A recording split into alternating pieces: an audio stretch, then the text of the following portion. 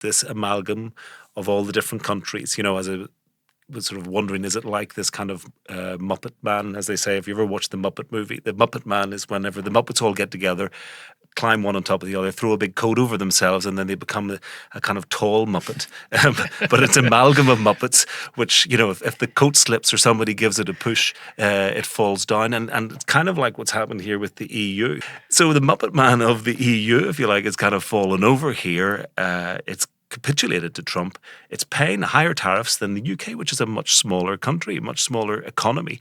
So why did it not feel it could stand up? And one of the issues, before we maybe talk about security, but one of the issue is that all these competing players. So we had the Germans saying, please don't tax our cars. You had the Irish saying, please don't tax pharma.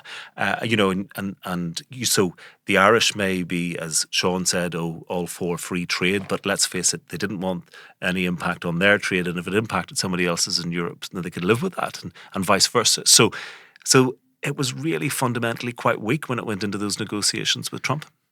Yes, but I suppose it was part of that weakness in trade was because of its weakness with probably Ukraine and the whole reliance on the US for its so-called security umbrella.